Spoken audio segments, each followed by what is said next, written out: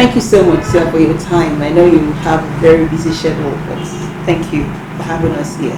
Thank you for having me, Uche. So, sir, will you describe to us how was security in your time compared to now, compared to today? Yes. In my time, I used to be CP in charge of federal operations of Nigerian Police Force. I coordinate all operations in the country, all operations of national in character all over the country. I was also CPFCT. And what we have now is not what we used to have then, because of so many factors. So many factors have contributed to what is happening now. Now is that the security agencies, like the police, for instance, for many years they've not recruited. The manpower depletion in terms of wastage, in terms of retirement, in terms of death, and but every day they're increasing. The crises are increasing. So the manpower is grossly inadequate. Of the factors. 2, motivation. Because the economy is becoming so hard, so harsh. Studies are stagnant, no motivation, no infrastructural provisions are being made. No training, capacity building training to build their professional capacity and competence. And then the poverty is increasing poverty and unemployment in the country. So these are factors that instigate criminality. And again, one terrible thing that's happened to this country that is very devastating is we are so fragmented now, so divided on ethnic line, divided in religious line. It has not been so in the part of this. Since my life in this country has not been like that, as bad as this. So this is the thing, people are so agitated. So it exacerbates criminality, like issue of Boko Haram, then kidnapping. Now kidnapping has been a very lucrative. Sometime in the previous year, which would be armed robbery, but now kidnapping has taken over the day, because with kidnapping you are at the mercy of your captors. And now most people don't keep money again with this e-banking and so forth. People don't keep money at home, so that's why they've now shifted from armed robbery to kidnapping. You get ransom, you are at the mercy of the captor. They dictate to you what you should give to them and so forth. So do you think that the security agencies are overwhelmed, the police? Not only the police, but that is a social fact. The government is overwhelmed. The notorious fact that the security agencies are overwhelmed. How can, for instance, go to a church and kill 50 persons? A church that is what nothing but to provoke attack, right? Nothing to provoke attack. People are being killed every day. Like you said, I'm told the bishop was kidnapped in Kwara, with returning from going to Kwara. Another person was kidnapped in Plateau. It's just a few days ago. So every day there's killing and killing for killing. Life as if that's life has only again in this country. So what I'm now saying is that these are the factors that never existed then. The manpower was reasonably adequate, and then they used to have capacity training programs. There are no such capacity building program, no training for the officers and men of the force. They've been so frustrated because of poor remuneration, poor welfare, no motivation. Why is this so sad? It's 12 trillion naira is budgeted for security in this country in the last 7 years. Is it adequate? When you say security, that is a very broad way language. Security, you have all security agencies. But in terms of internal security, the police is the principal agency in terms of internal security. The police. But then, for example, we are going to have elections coming up. The police are supposed to have the lead agency that have the election security management. They have to organize and train officers and men who have been involved in election duties, in election security management. Have government provided funds for that? They've not. You see, the government itself is not actually showing commitment in ensuring that our security is strengthened. You don't ask a child to go and fetch water with bare hands and equip the child. You have to equip the security agencies. Security is technically driven and knowledge based. Knowledge based that you need capacity building through training. Technology also become is the main thing now. Are we adopting that? Like when I was CPFCT, I had a strategy I call crisscross patrol. You must at each point in time of the patrol vehicles along the road. Now what happened along Kogi Road? What happened in some highways these few days? It's not supposed to be so.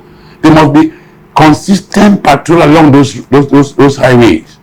Because the criminals watch, they observe the security agencies, they observe are they at alert, are they there? If they're not there, they struck.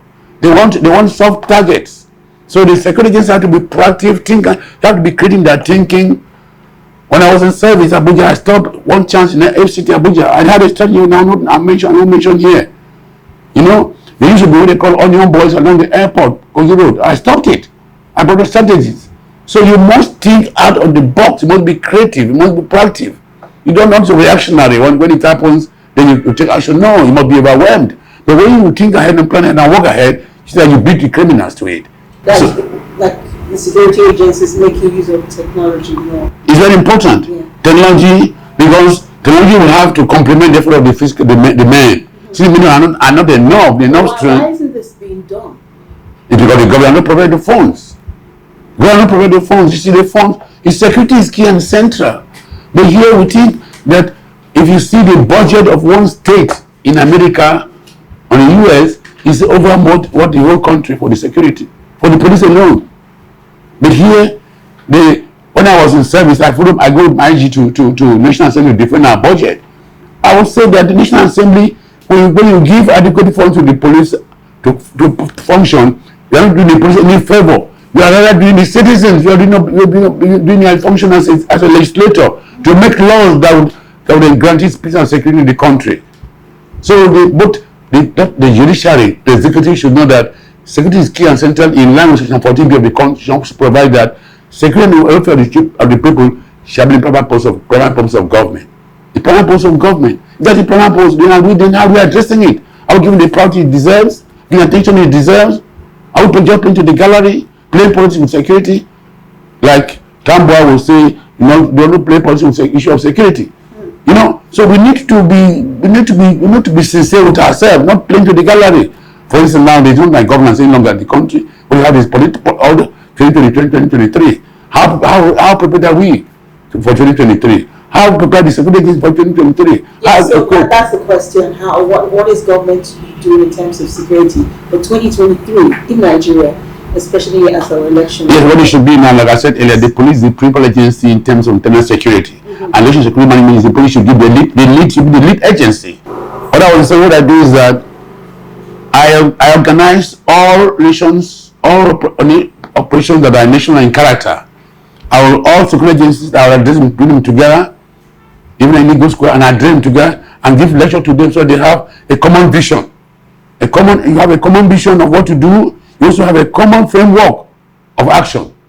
So they don't know that they develop the attitude of team spirit amongst them, collaboration, and we're not competing. But now what I say, security agencies seem to be competing amongst themselves, rivalry, which is not supposed to be so.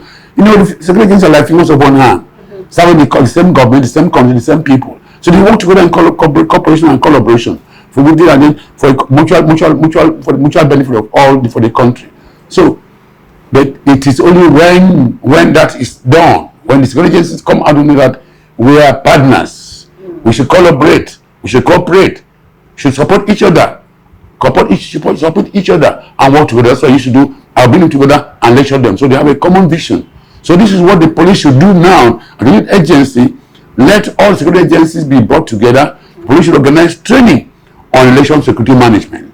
Because one, the new electoral act, how well versed are the police officers aware? Because you need to, if you have to enforce the law, you need to know the law you are going to enforce.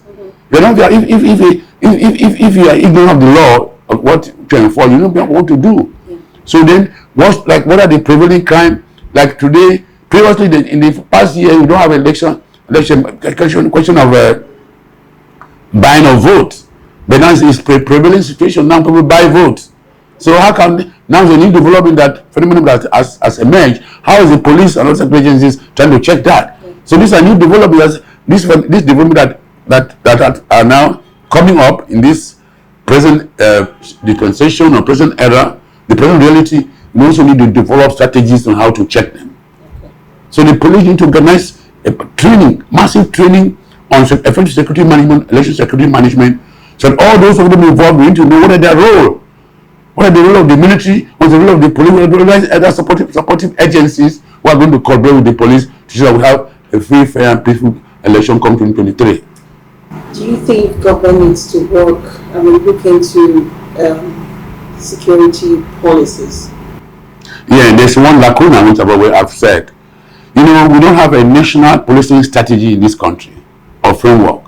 That's why policing now becomes all commerce affair. Everybody want to do policing. Both vigilante, everyone want to do policing. The police should come up with a national policing strategy and framework that will guide everybody want to do policing and law enforcement. Right? They'll have a direction. And the police that they want to give that leadership direction to guide. So what role are the supportive forces? The state actors and non-state actors. The state actors are the police, the security agencies, non-state actors like vigilante, and so forth. So how are they going to collaborate? How are they going to cooperate? How are they going to control these non-state actors so that they don't abuse their power? They don't go beyond their bound. This is what the policy the government the police should develop. A national policing strategy and framework that will guide the people. Because there's a lacuna, it doesn't exist. I've always recommended that should be done. So we have a direction. Right? That I hope the IG will listen and take action. So how can citizens secure themselves? Yes, it's in section 24 of the Constitution provides that. It's the constitutional duty of a Nigerian citizen to assist the agency in maintaining law and order. So security of the country is the of all, the government, security agency, the citizens. In the society there are three protagonists, main protagonists: the individual, you and I, the society itself, and then the institutions of government, right? The police, the judiciary, the traditional rulers, and so on. These are the institutions. They need to work together, and you need to build the capacity of those institutions. That's what it should be done. To drive them so that when you build the capacity, you know that you need to work together. For instance, the courts, what are they, their judgments, and so forth. And this is how does it promote security and peace? They bring about the well-being of the country. That's section 24 is every Nigerian citizen has constitutional duty to assist security agency maintaining law and order. So we have a role, information sharing, for instance, and then even support. You see, most times is that the police is the most unlatched institution in the country. We believe in condemning. What? Ask ourselves, what role have you played to contribute? Are you service is a virtue. Every citizen should see, what can I do to contribute to the safety and security of my country? That's what we should be asking ourselves. The point is that in this country we are so prepared by materialism. Everyone wants to think what to gain. Nobody thinks about what can contribute, and that has made us to be so we are so docile in terms of holding our leaders accountable. And leaders have now they bring about, they impoverish the citizens, so the citizens remain always subservient. If the citizens are empowered, they can ask questions. And ask questions, and that's education. You need to be educated to know their constitutional duties, constitutional rights. But in this country, people are concerned about my rights, human rights. Nobody concerned about obligations of the citizens. The citizens have obligations. Remember when Jerry Ghana that if you are a leader, you must lead. Yeah. All those things it helps to help the people because that consciousness is being created. But now nobody doing anything. People just all how to grab money, how to steal. No more moral conscience. We don't have moral conscience longer. We're so prepared by materialism. Everybody concerned about to grab power and steal money. Because about the people. Nobody cares about. And government is not people misdriven.